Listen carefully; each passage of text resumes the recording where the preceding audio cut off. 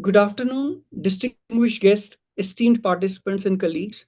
Hello, and welcome to the first episode of the Global Haiti series, a series of discussion and webinars organized and hosted by Center for Public Policy Research to discuss various international developments and their impact on India's foreign policy outlook. I'm Gazi Hassan, your host for today. It's my privilege to welcome you all to today's webinar on changing geopolitics of West Asia and its implications for India. The ongoing conflict in West Asia has significantly altered the region's geopolitical landscape, creating crises across security, economy, energy, and diplomacy. And with India positioned at the center of many aspects of this evolving situation, West Asia is not just a peripheral concern for India, but it is a region of vital strategic importance. Nearly 9 million Indians live and work in Gulf countries, sending $50 billion in remittances annually. This is a vital fund that supports household consumption and strengthen India's balance of payment. Any prolonged instability in the region directly threatens this flow. It risks large scale migration back to India and strains domestic employment and social infrastructure. On the energy side, India is highly vulnerable. With almost 90% of its crude imported, much of it passing through Strait of Hormuz, disruption in regional supply chains almost immediately translates into rise in fuel prices, trade deficit, inflation, and fiscal pressures. Beyond immediate economic impacts, the conflict is transforming global power dynamics. It is shifting from traditional interstate warfare to hybrid, multi domain conflict, which involves cyber attacks, proxy networks, economic warfare, and strikes on civilian and energy infrastructure. For India, managing this crisis requires balancing multiple priorities to protecting its diaspora, securing energy supplies, maintaining strategic independence, and also managing the relations with Israel, Iran, and the Gulf nations. So, this particular webinar will explore all these interconnected issues, examining West Asia's evolving geopolitics and their implications on India's foreign policy, economic resilience, and strategic outlook. So, to help us understand these critical questions, we are privileged to be joined by Ambassador Talmiz Ahmad as our distinguished speaker, whose extensive diplomatic experience and deep understanding of region will provide valuable perspectives on this important subject. Ambassador Ahmad joined Indian Foreign Services in 1974. Earlier in his career, he was posted to a number of West Asian countries, including Kuwait, Iraq, Yemen, and later, between 1987 to 1990, he served as Consul General in Jeddah. He also held positions in Indian missions in New York and London. He was also head of Gulf and Hajj Division in Ministry of External Affairs from 1998 to 2000. He also served as ambassador to Saudi Arabia twice, Oman, and UAE. In 2011, the Saudi government conferred on him the King Abdul Aziz Medal First Class for his contribution to the promotion of India Saudi Arabia relations. He writes regularly in Indian West Asian media and lectures on politics and economics of West Asia, Eurasia, and Indian Ocean. He also writes on political Islam and energy security. Welcome, Ambassador. With that, I would like to invite our esteemed guest to deliver his opening remarks and set the tone for today's discussion. Ambassador Rahman, the floor is yours. Thank you very much. Thank you for the invitation. Thank you for the warm introduction. I'm privileged to be addressing the first occasion when this event has been organized at the CPPR. West Asia has been in the throes of conflict almost continuously over the last 2.5 years. Even as I speak to you, the central conflicts in the region are still ongoing. While supposedly there is a ceasefire in Gaza, several hundred people have already been killed by the Israeli forces after the ceasefire came into play.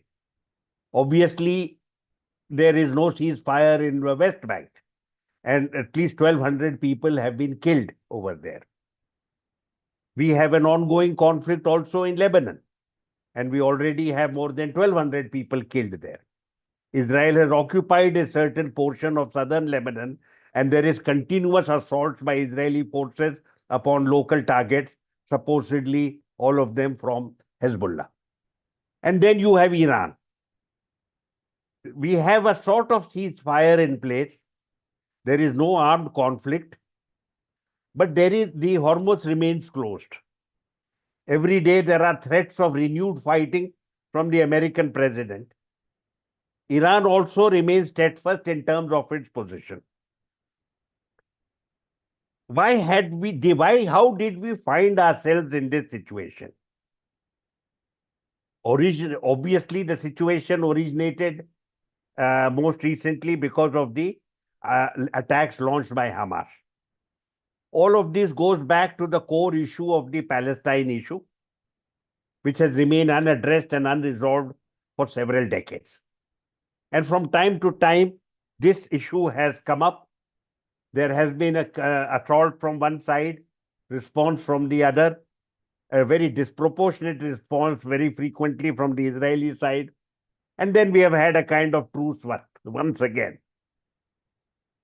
By and large, the principal nations in the region have avoided expanding the conflict.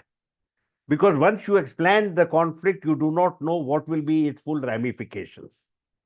But this time, Israel decided that it would go all out to destroy all its enemies in the region at one go.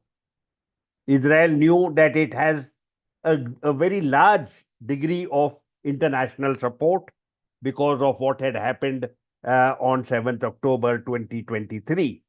But more importantly, beyond international support, Israel had the support of the United States.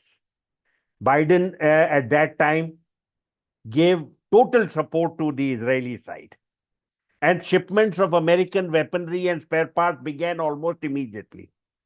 The United States also gave intelligence support to the Israelis and also defended the Israelis whenever there were drone and missile attacks showered upon them. Israel could not have fought for a single day in this conflict, and indeed any conflict earlier, without total American support. American support is both political and military, and it is unconditional. We saw from time to time that Biden attempted to obtain a ceasefire, but he failed. He was publicly insulted and humiliated by the Israeli Prime Minister. But the Americans could do nothing about it. So you can see a recurring theme in this regard that Israel is the one that determines, defines, directs, and provides the direction to the scenario in the region, and the United States uncomplainingly and unconditionally follows suit. By the time the ceasefire was announced in Gaza, and a very weird, unprecedented board of peace was set up with Donald Trump as the chairperson, it was obvious that Israel was the regional military hegemon. Obviously, this is questionable only on one ground, and that is that Israel on its own is incapable of dominating the region. Because without American support, the Israeli military forces have not been tested. For the last 50 years, they have not fought a war with an equal national force.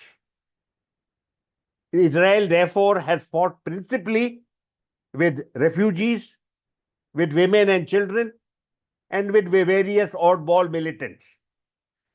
There has been no control over the depredations that it can wreak upon the region. No control at all. And therefore, in a 2-year period, about 72,000 Palestinians have been murdered by the Israeli armed forces.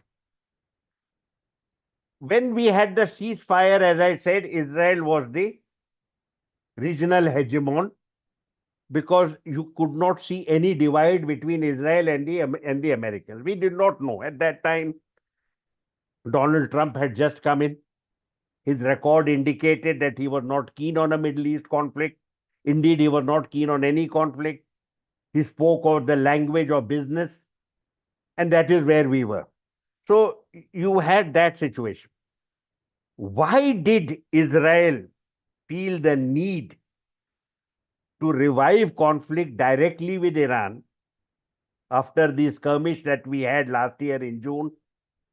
And why was it easy for them to bring the United States on board?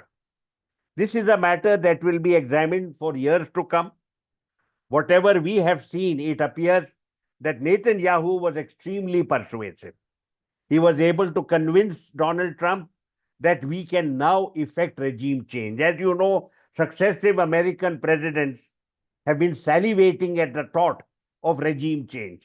And Donald Trump, who loves to strut on the world stage, was carried away by this idea that he would go down in American and world history as the person who finally brought about regime change in Iran. He would be the most popular American president in history. He would outstrip Lincoln as well. So he was, I think, Netanyahu conveyed to him that they would, in the first day itself, decapitate the regime through the murder of the top leaders, military leaders, political leaders, etc., and that within a few days, the country would collapse, a new regime would emerge, that regime would be anxious to work with the United States. Anyone who has been even for a short period in the Gulf region and in West Asia would have recognized that this is bogus, that this is a fake presentation.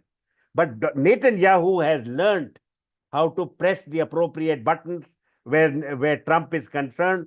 He held out this allure of presidency, of a historic presidency, with the idea of regime change, which is why the Americans got into this conflict with absolutely no idea beyond what was their war aims, how were they going to manage the conflict, how long would the conflict continue, what was the likely response from the Iranian side, what would be the counter response once the Iranians responded. None of this they were prepared for because they had been told there will be no response, that the Iranians are incapable of fighting, that they have no capacity. We would have on day one itself completely knocked out everything that they have got. All of this has been proven wrong. I don't necessarily blame anybody here. Each of the politicians functions on the basis of what he thinks are his interests. Netanyahu is one of the most wily and amoral leaders that we have in West Asia. He looks out only for himself. As you know, even as I'm speaking to you, there are widespread demonstrations against Netanyahu and a desperate demand for regime change in Israel itself. But that is a domestic matter to be decided by the Israeli people. But we are watching that with great interest. We have to look at Donald Trump. We have to look at the United States. The United States is a superpower. It is the most powerful country in the world. It has the most powerful economy in the world. It has very robust military forces located all across the region. 50,000 American troops are already in the Gulf. It has naval headquarters in Bahrain and the Air Force headquarters at Qatar. It also has bases in every country of the GCC. All of this power requires a sense of responsibility. And this is precisely what has been lacking in the US leadership. In the persona of Donald Trump, you have a personality who is very seriously unbalanced and disturbed. There is no evidence from the White House that you have gravitas, understanding, knowledge, and any capacity for considered judgment. You have a president ignorant of history and politics, seeking to strut on the world stage as a statesman and a military commander. A Julius Caesar and Augustus Caesar rolled into one, with no capacity whatsoever except megalomania. That is what is a matter of concern for us. Because here is someone obviously unfit for high office, has the capacity to decide the fate of thousands of people. On his watch, we have seen the murder of 1,200 to 1,500 people in Lebanon, more than 3,000 people in Iran. for no purpose at all. And now, 2 months into the conflict, you have a US administration that is floundering. The conflict itself was very interesting. Unlike the wars that the Americans had unleashed upon Afghanistan and Iraq, you did not have total bombardment. You did not have carpet bombing. In those two wars, several 100,000 Afghans and Iraqis were killed. These were relatively restrained actions. They reflect the availability of precision equipment, precision weaponry, where you target military targets and you avoid civilian deaths. The reason was that they were expecting a regime change and they wanted a grateful Iranian community that would emerge from this carnage and thank the American president for this. So by and large, you have found that from the American side, the casualties inflicted in 2 months are far more moderate compared to what the Americans had done earlier when they did carpet bombing in Afghanistan and Iraq, when even in a single day, 80,000 people were killed on day one of the assault upon Iraq. From the Iranian side as well, they have demonstrated extraordinary capacity for retaliation. They are clearly lacking in conventional capability. They have been under sanction for more than 40 years. It is well known they do not have conventional forces at their command. The axis of resistance that they had created has also been largely annihilated. The Hezbollah has been fighting, but the Houthis have been held back. What the Iranians have done is, number one, they have inflicted considerable casualties, considerable damage on both Israel and the United States. They, of course, control the media, and therefore they have not allowed any information about their casualties and their damage to come out.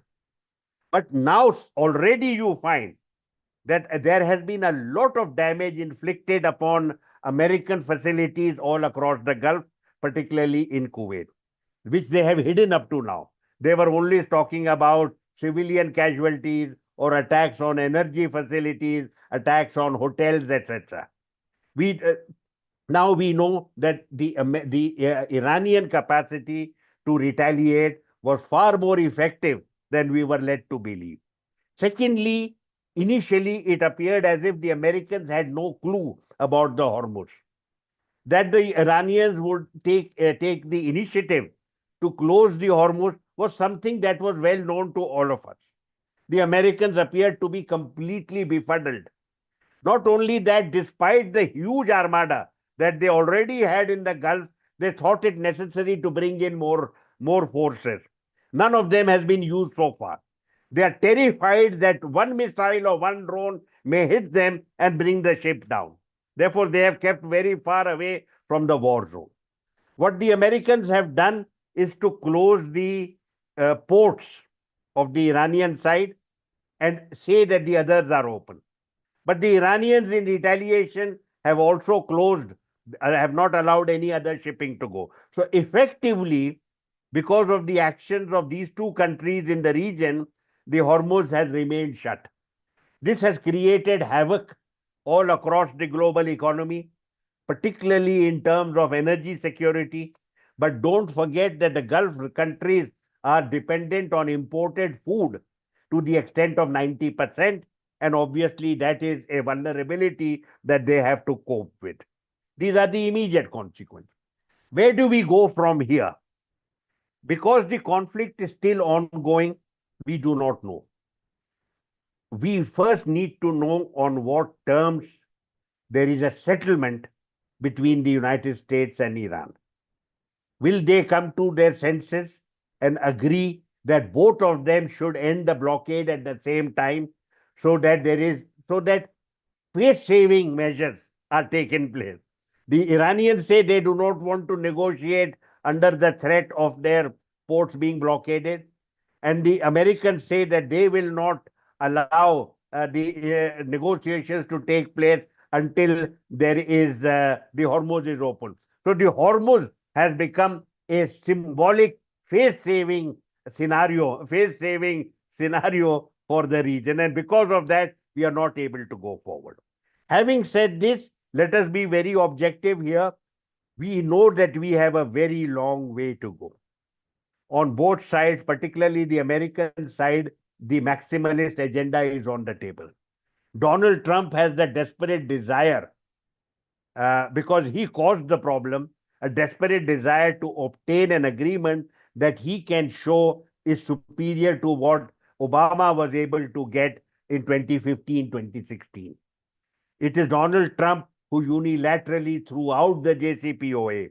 Recall here, again under the influence of Netanyahu. But since then has not shown any understanding of how to go forward. Even when they had the earlier negotiations in Muscat and in Geneva, when Witkoff and Kushner were present, it appears as if the American side did not even understand the technical aspects of the nuclear deal. So we have some way to go there.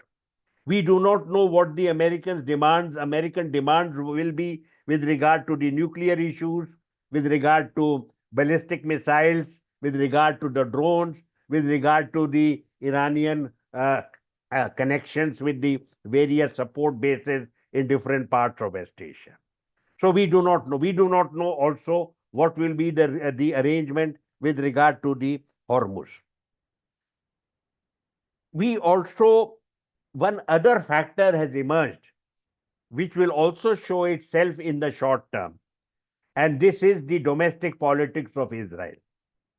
You have heard that there has been the two opposition forces, Naftali Bennett and Yair Lapid, have decided that they will merge their political parties and project in the country before the people of Israel a united opposition front with the single point agenda of bringing down Netanyahu. They are going to have their elections in October. It is not likely that they will make much headway with regard to the Palestine issue. But if the opposition were to win, and the extremist elements who are so dominant in Israeli politics today are finally thrown into the dustbin where they belong, you will find a change in regional atmosphere. Then you have other issues. With regard to the GCC, you have the most cruel dilemma. The GCC countries are now, it's obvious to them that they are vulnerable and that they do not have any security umbrella available to protect them. The Americans are not in a position to provide any effective security. They have lost all credibility in this regard. Therefore, you have to reshape the regional security scenario. We do not know which way things will go. Will the GCC remain intact given the divide between Saudi Arabia and the UAE? How far apart will the two major GCC partners get from each other? Will they take any action that will harm each other's interests?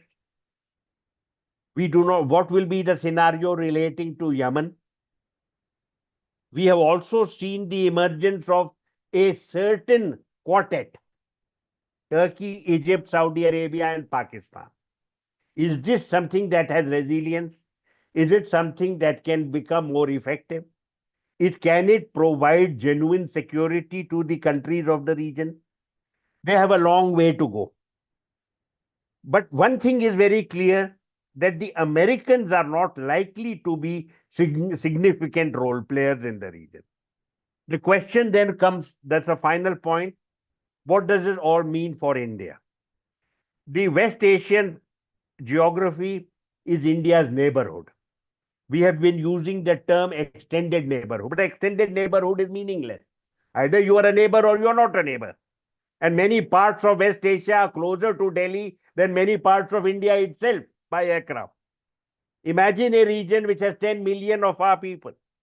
And on the earnings of those 10 million people, at least 40 to 50 million people benefit, including people in Kerala, where my host is located. They send back to India about $40 billion. It's a very significant relationship. We get our petroleum from the region. They are our trade partners, both for imports and exports. They are significant. They are number one.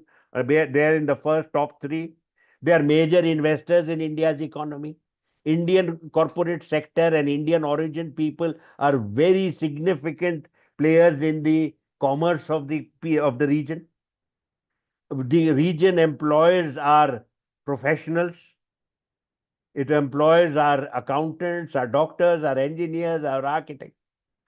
Some of our tycoons are world leaders, regional leaders, and world leaders in diverse sectors, particularly in the services sector. We have technicians and we have blue collar workers. Our workers, our community is the largest community in every country of the GCC. We are the majority community in 3 countries of the GCC: Qatar, Bahrain, and the UAE. Despite all this region does not seem to command any serious attention from New Delhi. It is as if this is something happening far away in Latin America. हमको इससे क्या लेना देना? We have no coherent approach, no coherent policy, no coherent direction, no coherent sense of commitment. Even with regard to the General Assembly resolutions, we were wishy-washy, unclear. We never took a principled position on any issue. There seems to be some sections of our government whose heart beats for Israel. Not for any reason, but because they see an ideological affinity with Israel. There is nothing in common between the trajectory of Indian history and the trajectory of Israel. Israel is a creation of settler colonialism. When their principal community collaborated with colonial powers against the resident community, which is why Mahatma Gandhi and Jawaharlal Nehru did not recognize Israel, did not have diplomatic ties with Israel. Mahatma Gandhi pleaded with the Zionist leaders who came to see him that you are on the wrong side of history, that you should be participating in the anti-colonial struggle along with your Arab brethren, and we will then support you. So this is where we are. We seem to be lost. We are astray. Therefore, we can, during the conversation that follows, we can look at various issues that are of interest to you and to your organization and to the people who are in my audience. Thank you very much for this opportunity to speak to all of you. Thank you so much, Ambassador, for setting that context. It really helps us understand the broader transformation that is underway. So, building on that, so let's turn to the changing dynamics within the region itself. Obviously, since this particular webinar is on the geopolitical situation changing in West Asia and its implication for India, so all my questions will be India centric because uh, as we all know that 9 million Indians reside in Gulf countries. So it's highly important, it's very high time that we ask right questions uh, about India's approach. Sir, so with Gulf countries asserting more independence or more, I would say, more independent foreign policy today, how is this changing the traditional power balance in the region? And what does it means for India's diplomatic approach?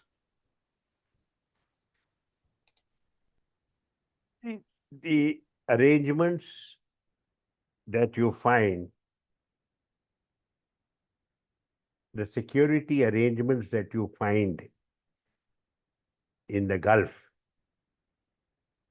were founded on one core principle, that these countries that emerged as a result of the initiatives of the retreating colonial power are incapable of looking after their own security, and therefore they have to be dependent on the security provided to them by their colonial creators in perpetuity. I am referring here to Pakistan, Israel, and the 6 countries of the Gulf Cooperation Council. None of them is capable of looking after its own security. Pakistan has been wedded to the Western Alliance from the very beginning. Israel is committed entirely to obtaining support from the United States. The 6 countries of the GCC were initially provided security by the United Kingdom and from the end of the 1960s by the United States. Therefore, the theory, untested entirely, was that the United States would provide security to them if and when they were threatened. What were the principal threats that they faced? They had concerns relating initially to the propaganda that came from Egypt that was anti-monarchical. Later on, they had, after the 67 war, they had concerns relating to aggressiveness from Iraq, particularly Iraq's claims on Kuwait. And then you had concerns after 1979 from Iran because it became an Islamic republic. None of these developments directly threatened the countries of the GCC. But the actions taken by the Americans in the region, the Americans demanded that they obtain GCC support. Therefore, the global jihad in Afghanistan, the Iran-Iraq war, and then the war on the Iraqis in 1991, then the assault upon Afghanistan, and the assault upon Iraq in 2003. All these were initiatives taken by the Americans in support of their own interests. In respect of every one of them, the GCC supported the Americans. In the case of 2000, the attack on Iraq, the GCC was totally opposed to that attack. The attack on Iran just now in 2006, the GCC has been totally opposed to it. That means the Americans have acted in the region, not in support of regional interest, but in support of their own interests. For the last 15 years, it has been obvious that the GCC countries do not have any capacity, they have no faith in the Americans. That the Americans, as a security guarantor of the region, have lost all credibility. In this scenario, the GCC attempted to repair their relations with neighboring countries. And therefore, they first settled matters within the GCC by lifting the siege on Qatar. They built up positive ties with the Iranians as well as with Turkey. So you had an arrangement that was relatively peaceful. But please remember, all these arrangements in the region are fair weather arrangements. They are not meant to hold or have resilience or even have credibility if there is a conflict. And this was obvious during the recent conflict. A conflict which is directly where a direct assault upon Iran in the midst of negotiations. Obviously, the countries of the region are likely to be adversely affected, which they were. All of them house American troops and American military facilities. They are deeply embedded in the regional geography. If the Iranians are going to retaliate, they are likely to retaliate in targets in the GCC. The GCC found that the Americans were incapable of providing any support to them. They pleaded with the Americans not to use their land to attack Iran. None of this was totally ignored. And now they are affected very badly by the closure of the Hormuz. Therefore, they have paid a very heavy price. You will find in the post-conflict scenario a regional security arrangement that gives confidence to the people of the Gulf will have to be structured and created. We don't see the contours of that just yet. There is a lot of writing taking place. Many people are suggesting that the Gulf should go back and seek the umbrella of the Americans. Some are even saying that you should expand the Abraham Accord and subordinate yourself to the Israelis. But there is no appetite for these options. The Israelis are seen as much as a threat to the security and stability of the region as earlier the Iraqis and the Iranians were. Therefore, you will need a very different approach. Theoretically, at this stage, I would say that a regional security arrangement that brings together Iran, Iraq, Yemen, and the 6 countries of the GCC is the only viable option. Who will put this option into place? It remains to be seen. At a much longer period, when you have real change in Israel, I would be happy to see Israel participating in this. But for the short to medium term, I would recommend an arrangement that brings together this, an arrangement put together by credible role players. And by credible role players, I mean countries like China, India, Indonesia, Malaysia, possibly Japan and Korea. Countries not necessarily agreeing with each other, but countries having a direct stake in the security of the region. They have to put their minds together, put their efforts together, put their resources together, and to see how they can contribute to the region's security and stability. And that is what I would say to you at this point. Uh, yeah, that's really very insightful take on strategic dimensions. Sir, so along with geopolitics, the economic landscape is also evolving rapidly with the ongoing conflict. So now we also see that as West Asian economies they diversify, so where do you see that there is a biggest opportunity for India not only to deepen engagement beyond energy, particularly in the sectors like technology, but also in infrastructure and investment? How do you see that? That India's deepening engagement beyond energy in the Gulf amid Indi- the ongoing conflict? India has a direct and crucial vested interest in regional peace and stability. India has declared that we will meet net zero carbon emissions in 2070. It means at least for the next 40 to 45 years, India will be fossil fuel dependent. All the statistics that I have seen indicate to me that India will be a major importer of conventional fuels, of oil and gas. And most of this fuel will come from the Gulf. I would say that straight away. Both the Gulf and India are also committed to renewable energy resources. And I see that as an opportunity.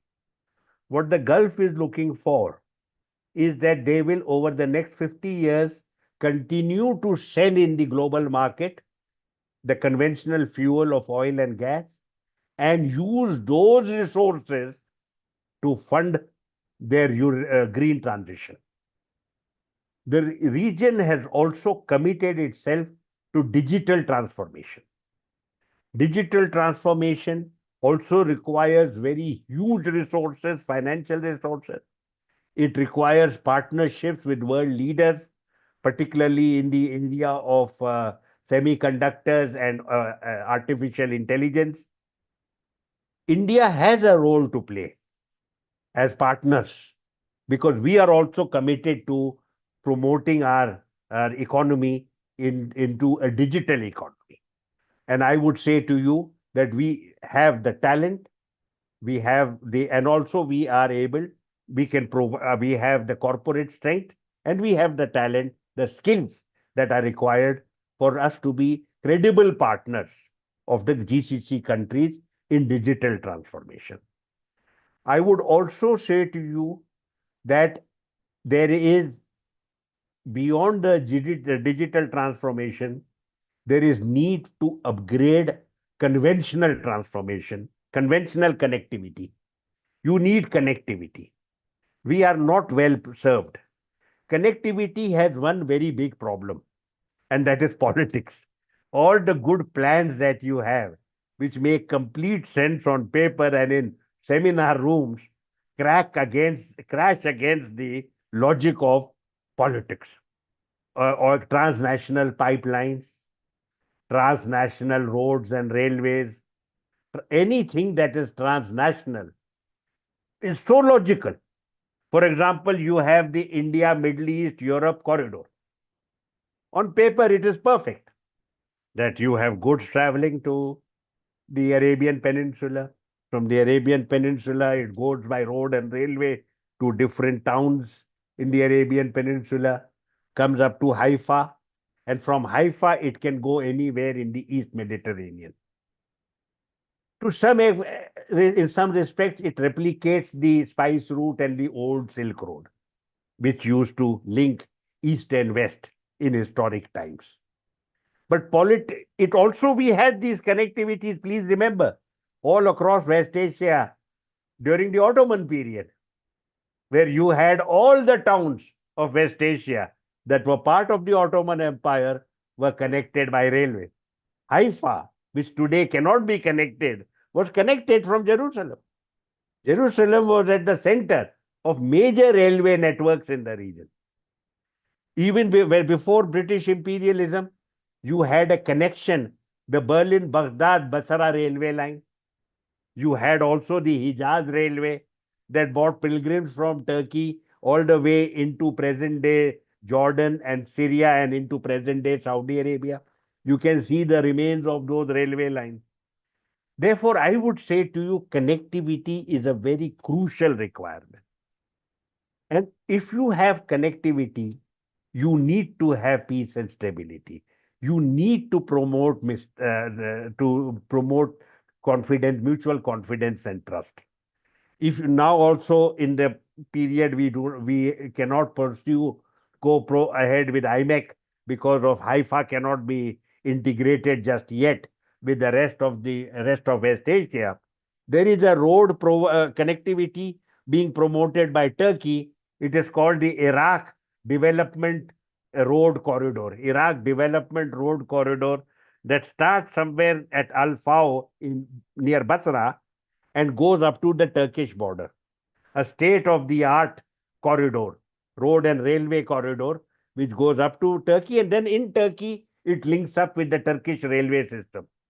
So that is being offered, that instead of going all the way to Haifa, come to the ports of the Arabian Peninsula that are well developed, and then look at connectivity, possibly even the Iraq Development Road Corridor, which will take you into further afield, link the region itself, and then go further afield. Unfortunately, as I am speaking to you, we have withdrawn formally and officially from Chabahar. Chabahar was one very crucial connectivity project with which India has been involved from 2003. We have made hardly any progress in that regard. We have always subordinated our ties with Iran to our links with the United States, even when the demands made by the Americans were completely unreasonable and completely harmful to India's national interest. But we subordinated that, and today we have no connectivity project except large numbers of lines on the map, nothing on the ground. Well, definitely, sir, you are absolutely right. It looks good on paper, but when it comes to actual implementation, there are roadblocks, there are hindrances, obstacles, and that too by the political uh, dispensations across the spectrum, be it because of their national interest or political interest. Yeah, but absolutely, you're right. And yes, I agree that while opportunities are expanding for investment for India in these region, the region also remains a complex and at times very unpredictable. Sir, so how can India effectively maintain strong ties across competing regional parties while safeguarding its own strategic interests? You are an academic and you have a direct interest in focusing on our country's role in the region. And that is where your focus and your attention is. Sadly, for you and me, the country has no interest in shaping and pursuing a role. The country is totally detached from developments in West Asia. It is as if we have nothing to do with West Asia. Traditionally, we have built relations with countries of the region separately. I used to call this arrangement bilateral and transactional. This made sense at a time when there was peace in the region, when the Americans were the hegemon, when they were guarantors of regional security. It made sense. Also, the Americans never allowed any other role player to come into the region. But from 2011, as the credibility of Americans in providing security to the region has diminished significantly, a space had emerged for other players to come in.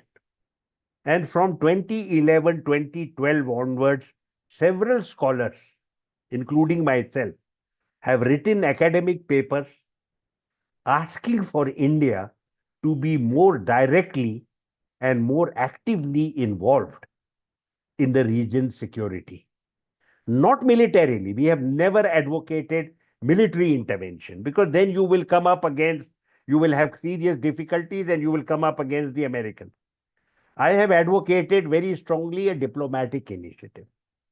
Look at the region as a whole rather than on a bilateral basis. Encourage countries that are divided from each other to talk to each other. See how you can promote engagement, interaction, and dilution of mutual distrust and lack of confidence. We have been totally aloof in this regard. And because of that, at some point, the Chinese have become a little more active. And they were able to patch up the relationship between Saudi Arabia and Iran in 2023. But that is where they stopped, because you had the conflict with involving the United States and Israel. The Chinese role will become sharper and more defined once the truce is in place, because the Americans and the Israelis have no interest in playing any role that would promote peace and stability in the region. I would therefore say that there is still time for course correction on our part. This kind of aloofness, this kind of disinterestedness, it is not acceptable. We have talked about as simple as 10 million people. If there had been total war, if the Iranians had not shown the restraint that they have, if the Americans had not shown the restraint that they have, you would have had casualties in the thousands on the Gulf side. This is not a risk we can afford to take. If we are so concerned about the welfare of our people, we have to be actively involved in ensuring that they are not wounded and hurt. There is no way, no power on earth that we can remove our people, 10 million of them, from the war zone. Therefore, the burden upon our government and upon us all is to ensure that conflict is prevented. Countries like the United States, which have a responsibility for avoiding conflict, are the ones who are today in the vanguard of conflict, largely to support the ego of a particular individual and the short-sighted political interest of another individual. It is time, therefore, I would say to you, that sane voices, stable voices, sensible voices, experienced and learned people from other Asian capitals should emerge and take responsibility to promote stability in the region. That is crucial. The energy resources of the Gulf will be in demand, of course, in India and China, also in Japan and Korea, also in the rest of the Asian countries, because Asia is going to be fossil fuel dependent for the next 40 to 50 years. Therefore, we have a direct interest here.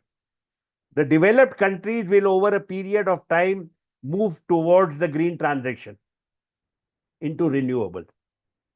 We do not have those kind of resources for the green transition. If you look at the literature, billions of dollars are required to fund the green transition in India in order to reach net zero in 2070. Those resources simply do not exist. Therefore, we have to ensure the well-being of our economy in terms of steady growth rates so that we are able to bring people into the employment zone. We are able to have the skills that are required in the technological era. And then we are able to build up partnership and alignments with different places. We cannot afford to be aloof from this region. We have a direct interest in the welfare of the region.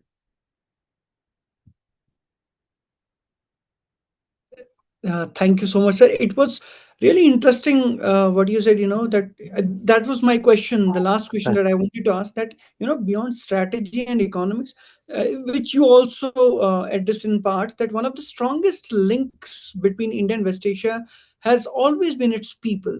Right. So, in today's context, sir, I want a very clear answer on it, or because of your understanding that you have served in this region. So, in this today's changing political environment in West Asia, what are the core steps should India take not only to protect but also empower its citizens living in the region? There is no question of empowering the people in the region. You can protect them, you cannot empower them. Uh, they are in a foreign country. They have their protection has to be guaranteed by the host country.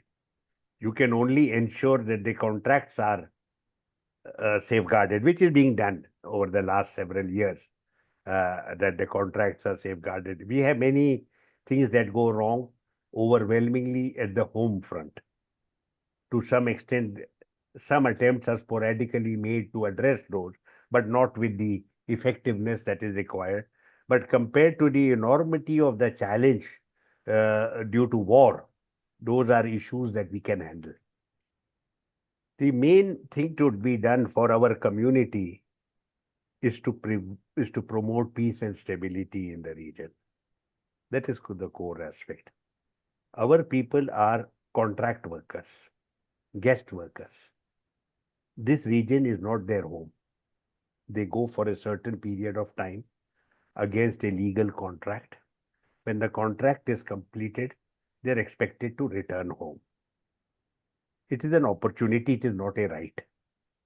I would say to you something which many people don't like to hear. Over a period of time, we should wean ourselves away from dependence on employment in the Gulf.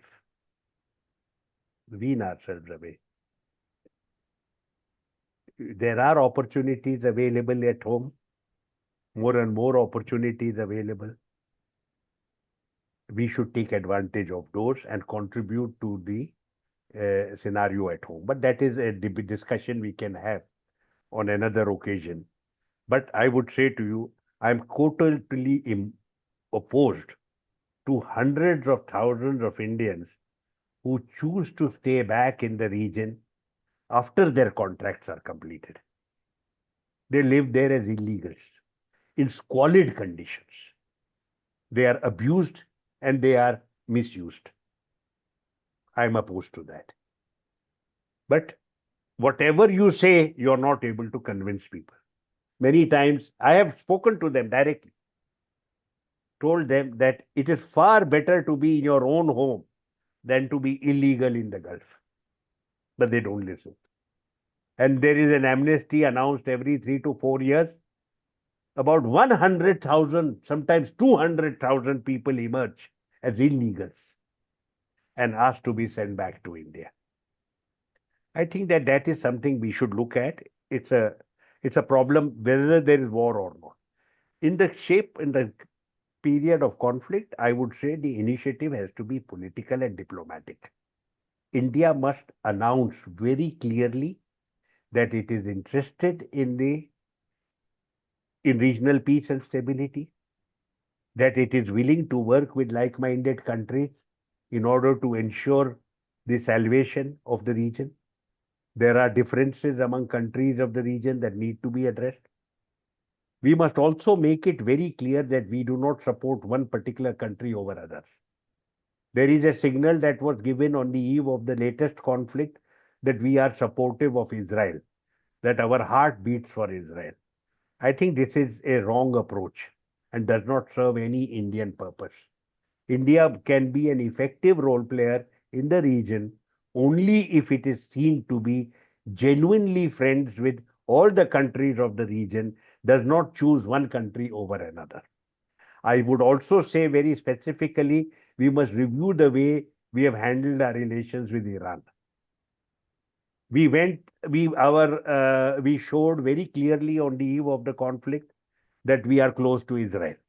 And all the remarks made by our leader in Israel indicated that it was total support for Israel. No mention whatsoever of any indication that there is a Palestinian community that has paid a very heavy price as a result of genocide, which has been mentioned by certain responsible international organizations. Within 2 days of that visit and the start of the war, we needed Iranian help to allow our ship to cross the Hormuz.